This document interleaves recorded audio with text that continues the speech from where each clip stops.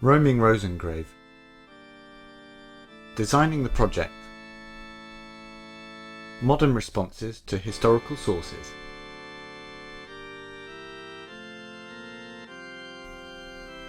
When designing a project like Roaming Roseingrave, you need to use as many of the best tools available to you, including books, newspapers, various articles on the internet, going to libraries, and more importantly than anything, talking to your friends and colleagues about it, because they probably can help you.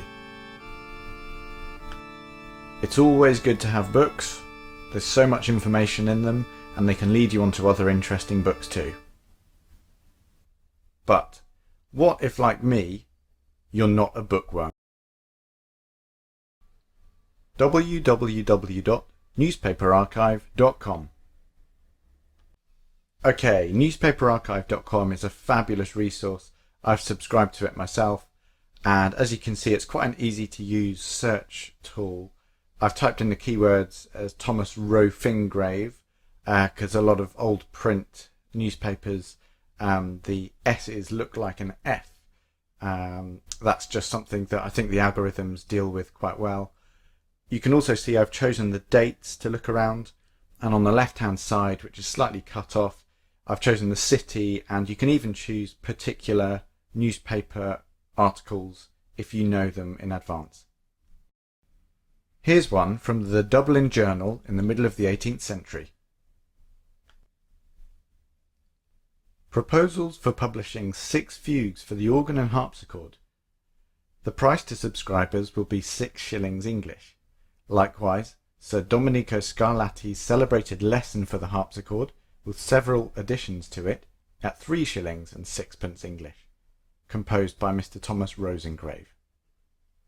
Subscriptions are taken in by Mr. William Mannering at his music shop on College Green. So newspapers can provide us with a really useful insight into the work of a certain person, but how do we find out about perhaps more of the personal side of their lives? Finding out about the man himself, I decided to get in touch with Christchurch, Dublin, because there are many links with the Roseingrave family there. They were extremely helpful and directed me towards a certain book. A General History of the Science and Practice of Music. This kind of resource is gold dust when you're curating a project. Not only does it tell you about the personality of the person, but also who they were in touch with. So you can see on the top left it mentions Roseingrave and Domenico Scarlatti. You can see where they were working, St. George's, Hanover Square. You can see down at the bottom in the big circle the way in which, in applying for his job, he far exceeded all other competitors, but also some really interesting critique of the person, such as on the line there, describing his performing and his teaching as harsh and disgusting. Not maybe excellent for him, but excellent for us as investigators. Let's turn over the page. Now this is really cool. Normally we might think of putting pieces of music together that were written around about the same time. So if I were less creative, I might think Roseingrave, mainly working in the first half of the 18th century. Let's find other composers around the same time, put a nice program together, that works. But now that we've read this article, we can't ignore the fact that Palestrina had a big influence on Roseingrave.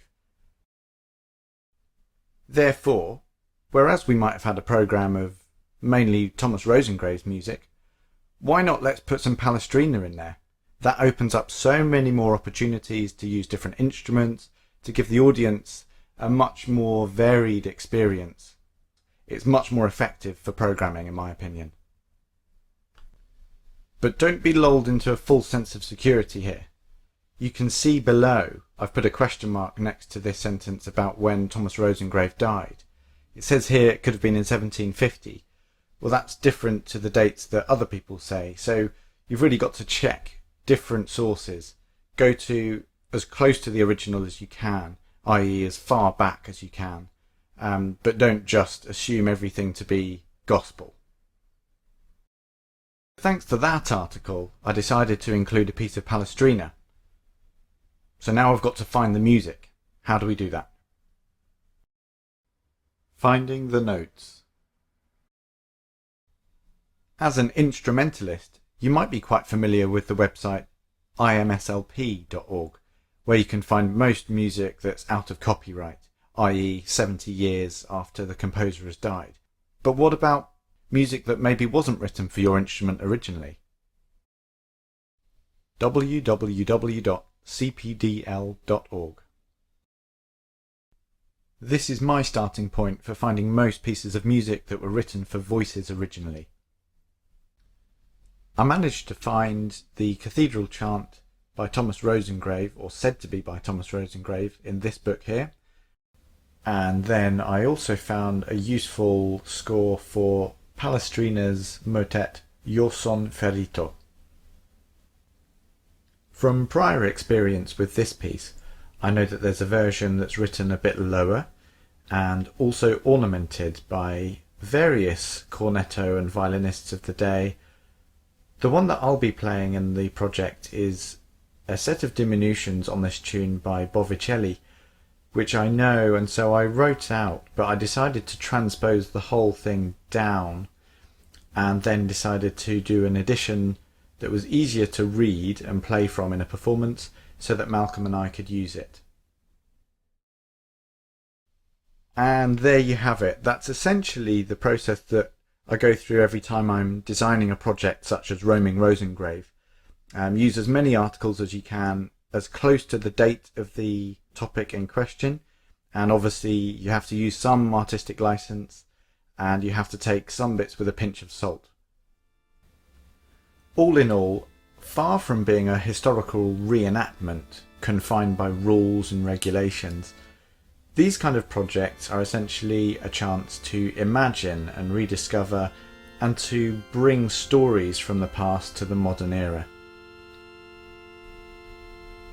Keep in touch for more digital updates and news on when events will be taking place.